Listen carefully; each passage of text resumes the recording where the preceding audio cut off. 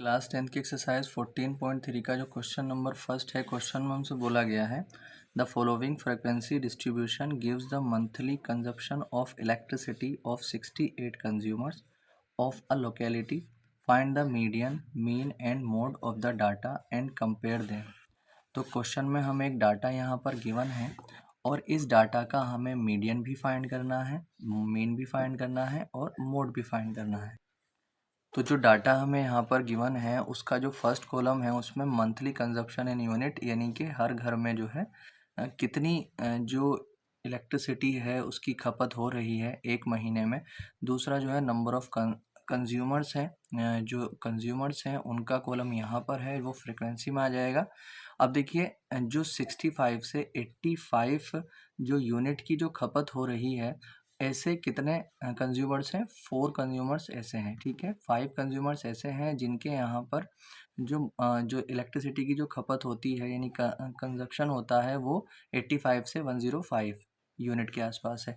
तो इसी तरीके से हमें एक टेबल दे रखा है, इसका हमें क्या फाइंड करना है? मीडियन, मीन और मोड फाइंड करना है। तो सबसे पहले हम मीडियन के लिए जब बात करते हैं तो मीडियन के लिए हमें कम्युलेटिव फ्रिक्वेंसी निकालनी होती है।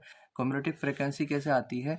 देखिए जो फ्रिक्वेंसी होती है तो जो पहला वाला कम्युलेटिव फ्रिक्वेंसी यानी CF होता है वो तो जो पहली F होता है वही होता है, ठीक है। जब दूसरा वाला हम लेते हैं तो इसमें इसको ऐड करके लेते हैं तो 4 और 5 कितने आ जाएंगे? 9। फिर अगला वाला 9 में 13 को ऐड करेंगे तो 9 और 13 कितने हो जाएंगे? 22। 22 में 20 को ऐड करेंगे कितना आ जाएगा? 40। ये आ जाएगा 42। अब 42 में 14 को ऐड करेंगे तो हमारे पास आ जाएगा 56। 56 में 8 ऐड करेंगे तो हमारे पास आ जाएगा 64। 64 में 4 ऐड करेंगे 68 आ जाएगा, ठीक है। अब देखिए जो कॉम्युलेटिव फ्रिक्वेंसी की सबसे लास्ट टर्म होती है उसी के बराबर जो ये, अगर हम इन सारी की सारी फ्रिक्वेंसीज को ऐड कर दें तो इसको हम बोलेंगे n।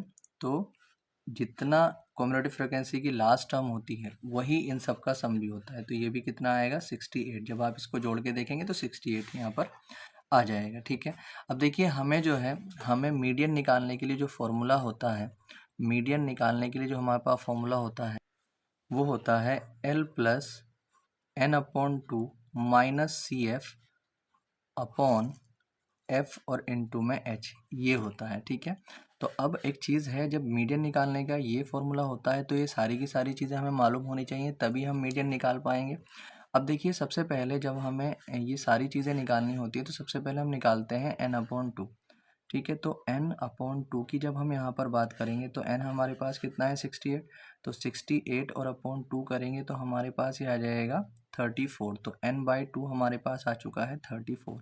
अब देखिए इसी के बेस पे सारी चीज़ें निकल जाएंगी। अब इसको जो है, जो भी नंबर यहाँ पर आया 34, उसको हम CF में देखेंगे। तो CF में किस तरीके से देखेंगे? देखिए अगर हम 34 की बात करें तो अगर हम 4 तक की काउंटिंग पढ़ते हैं तो 4 तक में तो 34 नहीं आता। फिर अगर 9 तक काउंटिंग पढ़ते हैं तो 9 तक में भी 34 नहीं आता। 22 तक पढ़ते हैं उसमें भी नहीं आता है। 22 से 42 तक पढ़ते हैं तो 42 में ये आ जाता है 34। तो जो ये 42 होगा, ठीक है, जिसमें ये आ रहा होगा उसके बिल्कुल सामने वाला जो फ्रिक्वेंसी की टेबल में होता है वो क्या होता है? वो F होता है। क्या होता है?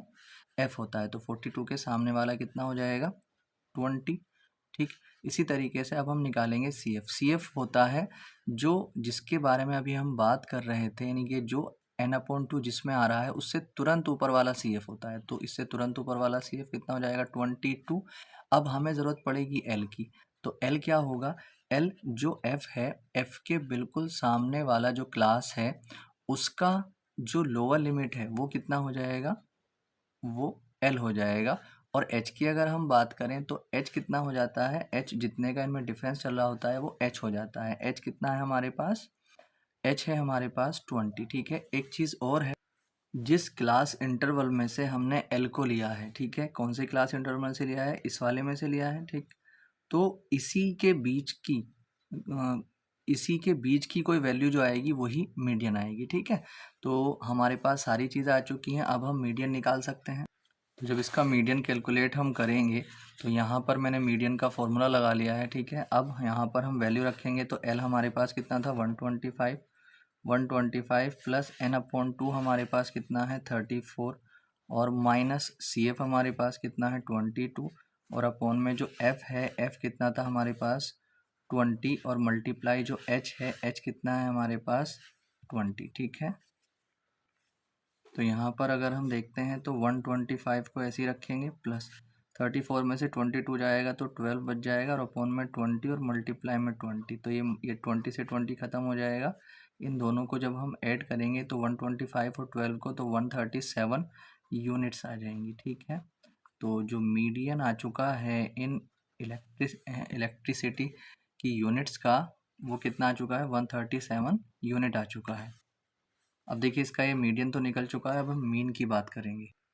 अब देखिए हम इसके मीन के लिए एक टेबल बना लेंगे दूसरा, और यहाँ पर सबसे पहले हमें क्लास इंटरवल तो दिया हुआ ही था, FI भी हमारे पास था।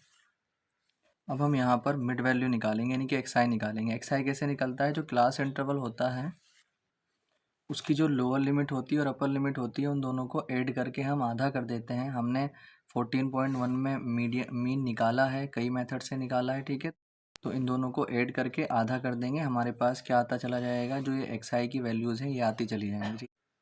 तो इनकी मिड वैल्यू मैं निकाल लेता हूँ। अब देखिए मिड वैल्यूज़ हमारे पास ये आ चुकी हैं। अब हम क्या करेंगे, FI और XI निकालेंगे। हम यहाँ पर मीन किसी भी मेथड से निकाल सकते हैं, जो भी हमें आसान लगता हो। FI XI निकालने के लिए हम अब FI और XI वालों की मल्टीप्लाई करेंगे। जैसे इसकी करेंगे 4 पंजे 20 का 0, कैरी 2, 4 सत्ते 28 और 2 30, 300 आ गया। इस तरीके से इन सब की निकाल लेते हैं। देखिए हमने FI और XI वालों की मल्टीप्लाई करके इन सबको निकाल लिया है। अब हमें मीन निकालने के लिए जो ज़रूरत पड़ने वाली है, मीन का फॉर्मूला होता है सिग्मा FI XI, जब हम डायरेक्ट मेथड से निकालते हैं, अपॉन सिग्मा FI। ठीक है, तो इन सबको जब हम ऐड करेंगे सिग्मा FI निकालेंगे तो सिग्मा FI और N इक्वल होता है, इसको हम N भी लिख सकते हैं। ठीक है, अब यहाँ पर जब हम इसको निकालेंगे तो कितना आएगा 68 आएगा। अब जब FI XI इन सबको ऐड कर लेंगे तो हमारे पास कितना आ जाएगा, सिग्मा FI और XI आ जाएगा। इन सबको जब हम ऐड करेंगे तो हमारे पास आएगा, तो आ जाएगा हमारे पास 9190 इन सबको ऐड करके। अब हमारे पास सिग्मा FI XI और सिग्मा FI दोनों हैं, तो अब हम क्या कर सकते हैं, इनकी वैल्यू रख देंगे और यहाँ से हम इसको कैलकुलेट कर लेंगे। ठीक है, तो 68 से जब हम 9190 को डिवाइड करेंगे तो हमारे पास आ जाएगा 135.15 अप्रोक्स, इसके आसपास ये जो है मीन निकल जाएगा। ठीक है, अब हमें मोड निकालना है। अब देखिए जब इसका मोड निकालते हैं तो मोड के लिए हमें ओनली ज़रूरत होती है FI वाले कॉलम की और क्लास इंटरवल की। ठीक है, तो देखिए सबसे पहला काम जो मोड होता है, मोड का जो फॉर्मूला होता है हमारे पास वो क्या होता है, L plus F1 minus F0 upon 2 F1 minus F0 minus F2 और इनटू में कितना H। तो ये सारी चीज़ें हमें चाहिए होंगी। तो F1 हमें मालूम है क्या होता है, सबसे बड़ी फ्रिक्वेंसी जो होती है, सबसे बड़ी फ्रिक्वेंसी इसमें कितनी है 20, तो इसमें F1 कितना आ जाएगा 20। उसके बाद हम निकालते हैं F0 क्या होता है, सबसे बड़ी फ्रिक्वेंसी से तुरंत ऊपर वाला यानी कि 13 आ जाएगा। और उसके बाद F2 क्या होता है, जो सबसे बड़ी फ्रिक्वेंसी होती है उससे तुरंत नीचे वाला यानी कि 14 आ जाएगा। ठीक है, उसके बाद हम निकालते हैं L, तो जो सबसे बड़ी फ्रिक्वेंसी होती है F1 उसके सामने जो क्लास होती है उसमें जो लोअर लिमिट होती है 125 145 है इसके सामने की क्लास, तो इसमें लोअर लिमिट कौन सी है 125। तो यहाँ पर जो लोअर लिमिट L है, जो लोअर लिमिट है वो L हो जाएगी और जो H हो जाएगा वो इनके बीच का जो इतना डिफरेंस होता है वो H हो जाता है। ठीक है, अब हम क्या करेंगे, यहाँ पर फॉर्मूले में रख देंगे और हमें आंसर मिल जाएगा मोड भी।